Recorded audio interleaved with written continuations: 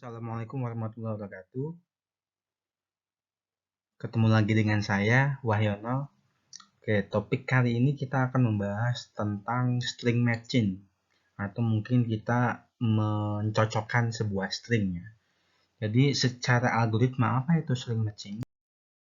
Jadi string matching itu adalah sebuah problem di mana kita memiliki sebuah string teks T dan kita memiliki sebuah pattern P.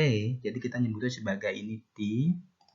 Ya, T ini adalah string T, kemudian kita memiliki sebuah pattern P.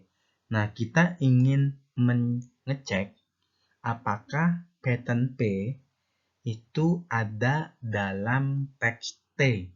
Jadi kita ingin cek apakah pola P itu ada di dalam teks T. Misalnya T-nya itu adalah AA, BB, bla bla bla bla sampai terakhir CCCC. Kemudian P-nya itu adalah BBC. Maka ketika kita mencocokkan, BBC itu akan muncul satu ini ya. Kemudian muncul lagi satu, kemudian ini ya, 2. Jadi 2, kemudian akan muncul ini 3, kemudian akan muncul ini 4 gitu ya. Jadi ada sebanyak 4 BBC yang muncul pada teks T, sedangkan P-nya itu adalah BBC.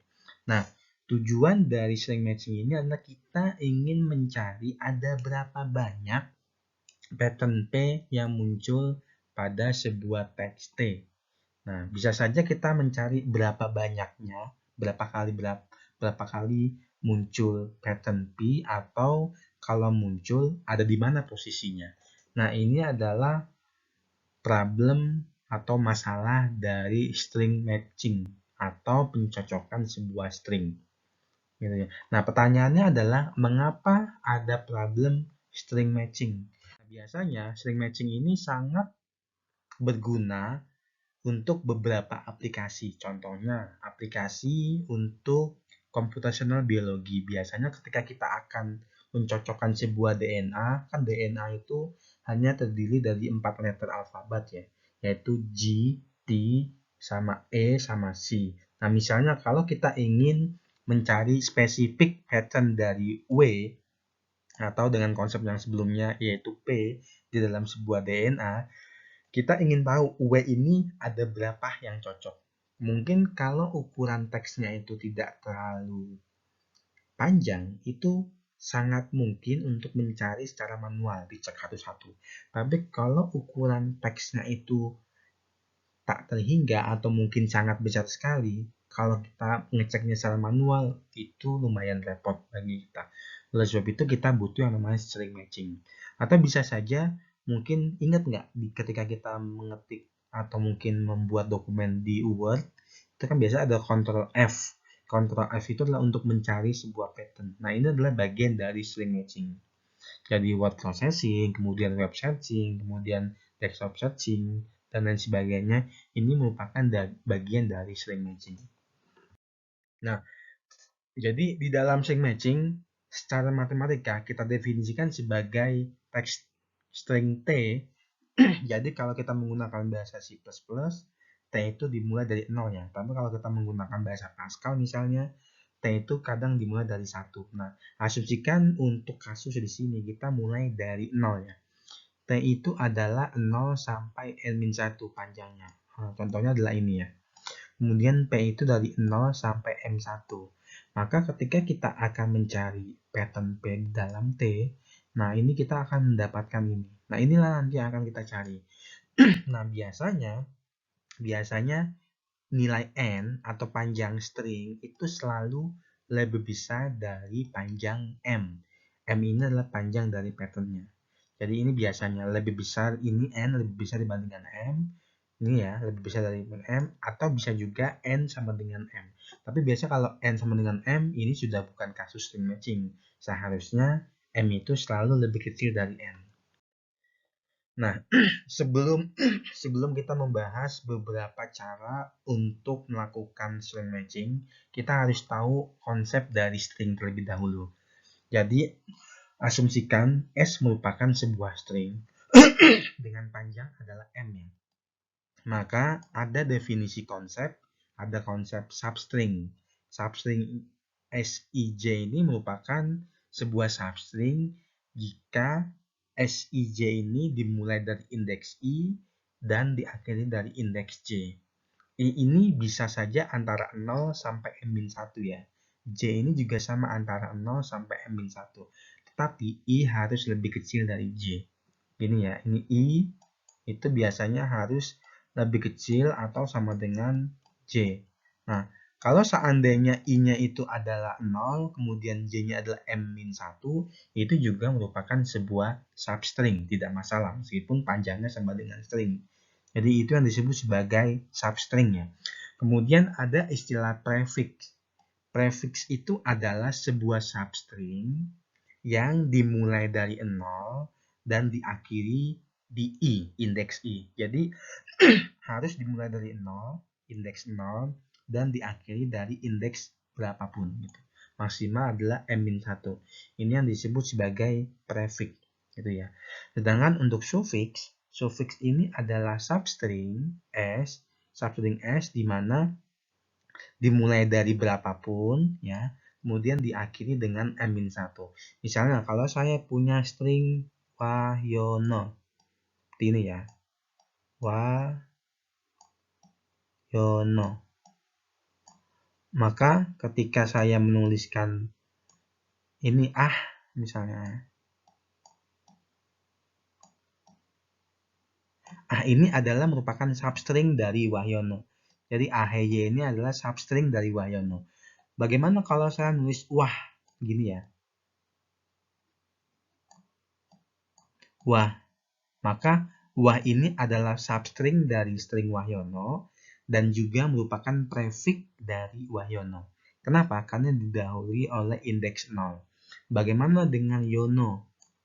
Yono. Nah, Yono ini merupakan substring dari Wahyono dan juga sekaligus suffix dari Wahyono. Gitu ya. Kenapa? Karena ini dimulai dengan indeks berapapun dan diakhiri dengan indeks M-1. Nah, ini konsep dari sebuah string. Nah, contoh lainnya misalnya untuk Andrew maka substringnya itu adalah NDL, boleh, REW, boleh, kemudian AND juga boleh, kemudian DRE juga boleh. Jadi boleh, bebas ya. Sedangkan semua possible prefix dari S ini adalah Andrew, kemudian Andre, kemudian ANDR, kemudian N, kemudian AN, kemudian A. Nah, ini adalah prefix dari S. Bagaimana dengan string kosong? Itu bukan prefix. Sedangkan untuk suffix itu possible-nya adalah Andrew, kemudian Andrew, kemudian Drew, kemudian Lu, EW, dan terakhir adalah W. Nah, ini adalah semua possible suffix dari S, dan ini adalah semua possible prefix dari S. Nah, bagaimana cara kita mendapatkan fungsi atau mendapatkan sebuah matching di dalam dari pattern P ke dalam sebuah teks T? Setidaknya ada 3 algoritma yang akan kita pelajarin. Tapi untuk saat ini mungkin kita akan, yang pertama itu adalah brute force algorithm. Kemudian yang kedua itu the Boyer-Moore algorithm atau kita menyebutnya sebagai BM algorithm. Dan yang ketiga ini adalah Knott-Morris-Pratt algorithm. Nah, biasanya yang paling simple untuk diimplementasikan itu adalah brute force algorithm. Tetapi yang paling efisien itu adalah KNP algorithm. Nah, untuk video kali ini kita akan membahas brute force algorithm. Di video selanjutnya, kita akan fokus ke Knott-Morris-Pratt algorithm atau disebut sebagai KNP algorithm. Nah, bagaimana cara brute force algorithm bekerja? Nah, di dalam brute force algorithm bekerja, sebenarnya kita hanya perlu mengecek satu-satu, ya, mengecek satu-satu setiap posisi pada teks T untuk dicek apakah posisinya itu atau nilainya itu sama dengan P, gitu ya, pada posisi itu. Nah, kita mulai misalnya, misal sebagai contoh, yang kita ingin cari itu adalah Reo, sedangkan teksnya itu adalah Andrew, maka kita akan memulai dari indeks yang paling awal. Itu ya. Misalnya untuk step yang pertama, kita mulai indeks yang pertama. Kita membandingkan antara A dengan R. Apakah A sama dengan R? Karena A itu tidak sama dengan R, maka kita harus skip. Jadi kita moving ke selanjutnya ya. Berarti kita akan membandingkan N dengan R ya. Nah, kita cek apakah N sama dengan R. Tidak ya. Karena tidak sama dengan, berarti kita skip, kita pindah ke perbandingan berikutnya. Kita sudah melakukan 2 kali perbandingan. Kemudian kita bandingkan lagi antara D dengan R, gitu ya. Antara D dengan R. Kemudian kita bandingkan, ternyata ini tidak sama. Kemudian kita skip. Nah, selanjutnya antara R dengan R. Oh, ini sama. Berarti karena sama, kita bandingkan lagi di next selanjutnya. Antara E dengan E. Oh, sama. Antara W dengan W. Oh, sama. Karena semua karakter pada P itu sudah ada yang sama, berarti stop. Nah, inilah cara dari brute force algorithm. Kalau contoh lain misalnya ya, misalnya kita menulis Andre seperti ini. Sorry, ini saya tuliskan Andre 2 kali ya R-nya ya. Nah, yang kita ingin cari Ray, berarti untuk yang tahap pertama kita bandingkan E dengan ini ya. Kita bandingkan A dengan R. Ternyata dia beda. Karena beda berarti kita skip. Kelas selanjutnya R dengan W. Seperti ini ya. Kemudian kita bandingkan antara N dengan R. Oh, ternyata beda. Berarti kita skip ke selanjutnya. Ini ya. Oh. Kemudian kita bandingkan antara D dengan R. Oh, ternyata beda. Berarti kita skip selanjutnya. Rew. Ini ya. Nah, kita bandingkan antara R dengan R. Oh, sama. Oke, kita bandingkan selanjutnya. Antara R dengan E. Oh, ternyata beda. Berarti kita pindah skip yang selanjutnya. Nah, ini adalah contoh lain bagaimana algoritma brute force itu bekerja. Untuk contoh ini, Andrew dan Rew, ada berapa perbandingan yang kita lakukan? 1, kita membandingkan A dengan R. 2, kita membandingkan N dengan R. 3, kita membandingkan D dengan R. 4, kita membandingkan R dengan R. 5, kita membandingkan E dengan E. Dan yang terakhir, kita membandingkan W dengan W. Berarti total perbandingan itu adalah 1, 2, 3, 4, 5, dan 6. Untuk kasus yang ini, jumlah perbandingnya ada sebanyak 7. Itu jumlah perbandingan ketika kita menggunakan brute force algorithm. Nah, perbandingan inilah yang nanti akan kita gunakan untuk menghitung seberapa efektif algoritma brute force yang diimplementasikan. Jadi secara sederhana, brute force pattern matching itu akan melakukan perbandingan di dalam worst case itu adalah sebanyak M kali N, di mana M ini adalah ukuran dari patternnya, sedangkan N ini adalah ukuran dari teksnya. Jadi kalau seandainya kita punya kita punya satu teks dengan ukuran 1000 dan kita punya pattern ukuran 100, maka kemungkinan terburuk proses perbandingan itu akan sebanyak 100 kali 1000, yaitu 100.000 kali, gitu ya. Tetapi kalau seandainya kita hanya mencari teks yang saya kira teks-teks biasa gitu ya, misalnya ukuran teksnya itu adalah 1000, yang kita ingin cari itu adalah 100, maka ada kemungkinan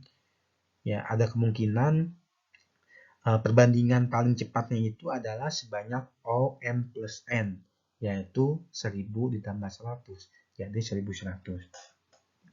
Jadi algoritma brute force itu sangat cepat ketika karakteristik atau mungkin heterogenitas huruf itu sangat besar. Jadi misalnya kalau ada sebuah kalimat yang terdiri dari huruf kapital, huruf kecil, dan angka, dan sebagainya, biasanya proses brute force ini akan sangat cepat sekali. Gitu ya. Tetapi kalau seandainya teksnya ini, diversity teksnya ini sangat kecil, misalnya 0 dan 1 saja, di binary file ini biasanya akan sangat lambat sekali. Karena kan 0101 itu ketika dibandingkan ternyata 0 lagi 0. Jadi diversity-nya itu sangat sedikit, otomatis ketika membandingkan ada kemungkinan kita akan membandingkan di banyak string gitu. Tapi kalau ketika ketika teksnya itu terdiri dari huruf besar, huruf kecil, angka, biasanya akan sedikit lebih cepat. Nah, ini adalah contoh untuk yang most case-nya. Jadi untuk kasus ini, kita memiliki T sama dengan H, ini AH, kemudian kita memiliki P, AAH. Maka setiap kali kita membandingkan, minimal kita akan membandingkan sebanyak 3 kali.